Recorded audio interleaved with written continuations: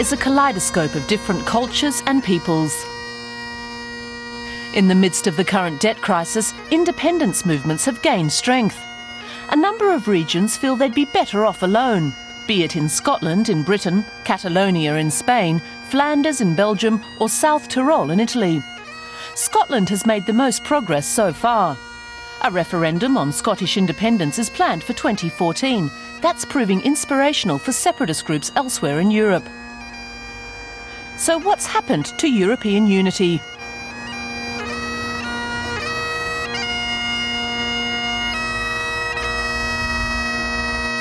The population of Britain is over 60 million. Around 5 million of them live in Scotland. The Scots have long had a strong cultural identity. In Edinburgh, we met with members of the Yes campaign. They're working to persuade fellow Scots to vote in favour of independence. Paul Martin started working for the Yes campaign a year ago. He says Scotland will be better off as an independent nation. Right now, a lot of the things that are happening that we see in terms of welfare cuts being passed down from UK government are probably not the kind of things that people in Scotland want to see happening.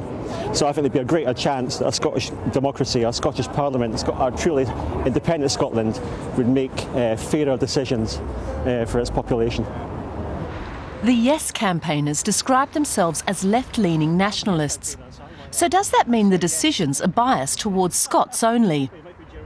A Scot is anyone who lives and works in Scotland, regardless of where they come from. So it's got nothing to do with blood or history. It's about here and now. It's certainly a platform that appeals to many in Scotland. Pensioner Anne Meikle was never interested in politics in the past, but now she's out distributing leaflets for the Yes campaign.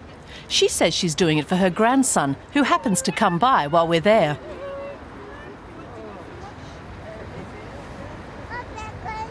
We want to achieve a yes vote in 2014. And I want to achieve this so that this little man will have a future in a new Scotland. A future where the government could act purely in Scottish interests in all areas of policy. A dream shared by other separatist movements elsewhere in Europe.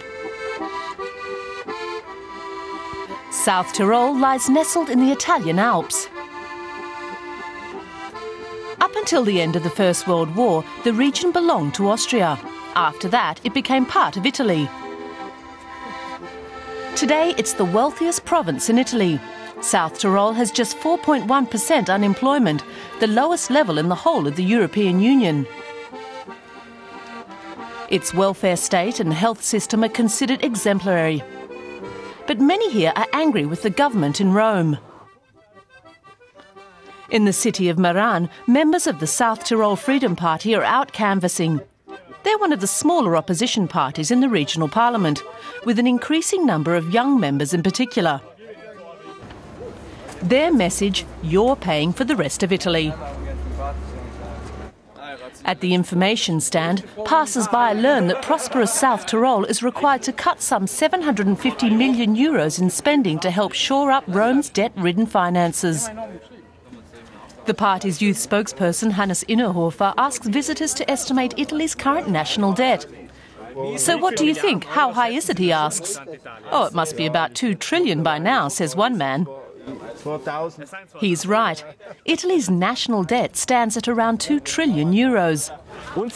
Hannes Innerhofer says that's what his party is against, that South Tyrol has to help finance Italy's mountain of debt for which it wasn't responsible. We were never Italy, he says. Culturally, South Tyrol is part of Austria and not Italian. The colours of South Tyrol are everywhere. And it's not lost on anyone here that red and white are also Austria's national colours.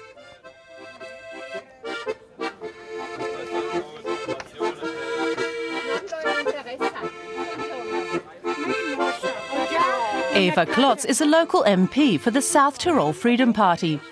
She wants South Tyrol to follow in Scotland's footsteps and hold a referendum on independence.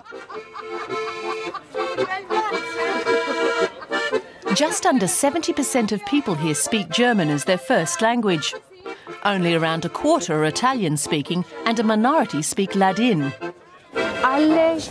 Everyone would get a vote, she says. Germans, Italians, Ladin speakers, all with equal weight. The majority could then decide whether South Tyrol remains Italian, whether it's returned to Austria or whether it should be an independent state.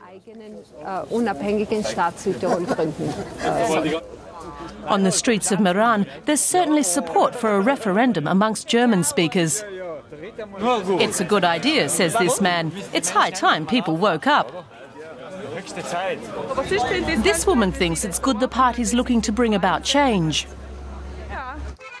The accordionist then strikes up an old Austrian folk song about the beautiful land of Tyrol, and everyone joins in.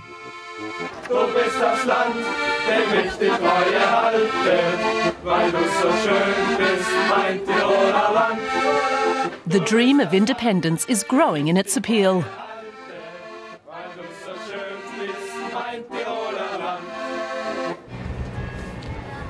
In Scotland, that dream could now be within reach.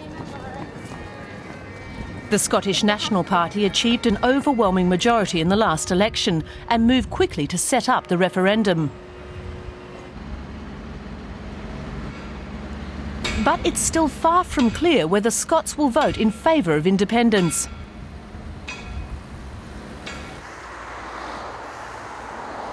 We take a trip out of Edinburgh.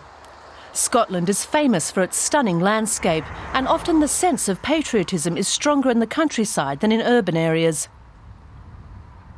Near the Carron Valley Reservoir, we find an educational project aimed at bringing Scottish history and culture alive.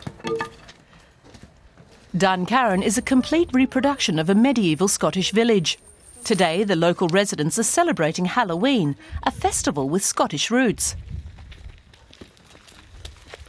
In the dressing room, the actors receive a professional makeover. Each one is assigned a particular role. I'm meant to be a member of the 9th Roman Legion, post-battle, and I'm apparently a ghost. The performance reveals what people in Scotland used to live in fear of. But a love of Scottish culture and history doesn't necessarily equate with a desire for independence. I would vote against it because I think, politically, I don't think we'd do very well on our own. Then I think it probably would be good for the people of Scotland, but not financially. But, you know, if we all start separating off, you're going to have a lot of smaller countries that are suffering. So far, only just under 1/3 of Scots actually support independence.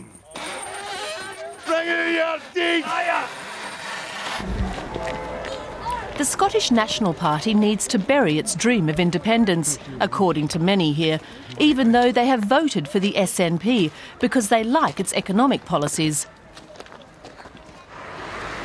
On the way back to Edinburgh, we drop in on Yes campaigner Anne Meikle.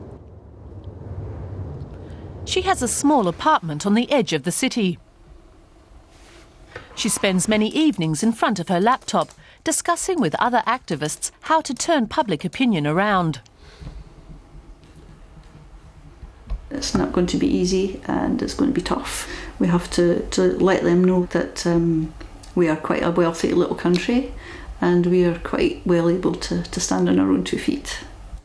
Anne is confident the yes vote will prevail. She believes Europe will have a new nation-state in 2014. Scots have certainly been good for a surprise in the past, and many voters are still undecided.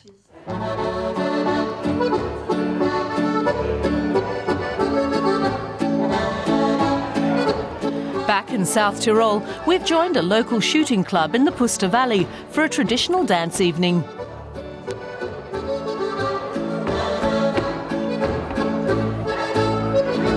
Surveys show a good 60% of the people in South Tyrol are no longer happy with their current status in Italy.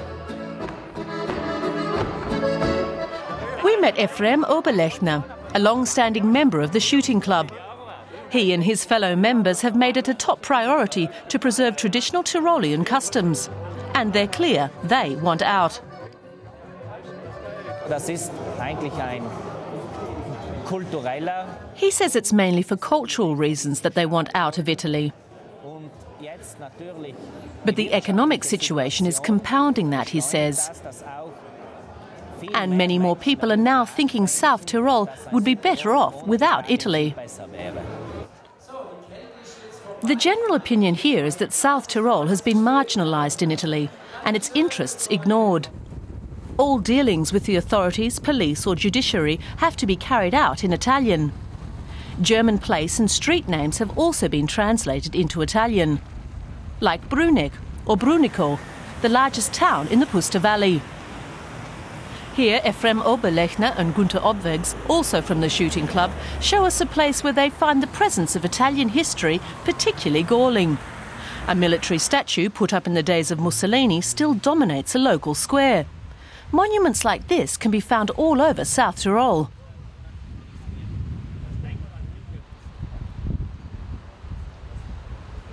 It's a symbol of Italianness, Ephraim Oberlechner tells us.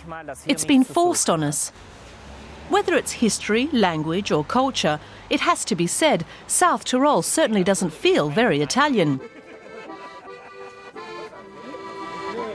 But is that really a reason to break away?